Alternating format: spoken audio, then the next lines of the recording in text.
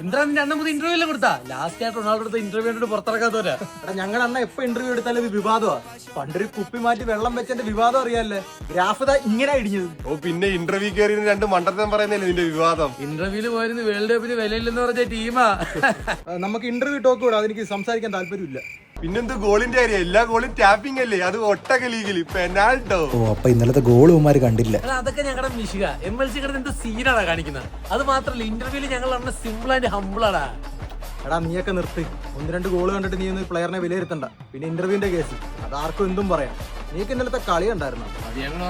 പിന്നെ കളി കണ്ടിട്ട് എല്ലാവരും മതിയടാ നീക്ക് ഇങ്ങനെ പുച്ഛിച്ചത്. ഒരു 40 ദിവസം അടിച്ച ഒരു കുഞ്ഞു ഗോൾ ഞാൻ ഇപ്പൊ കാണിച്ചു തരാം.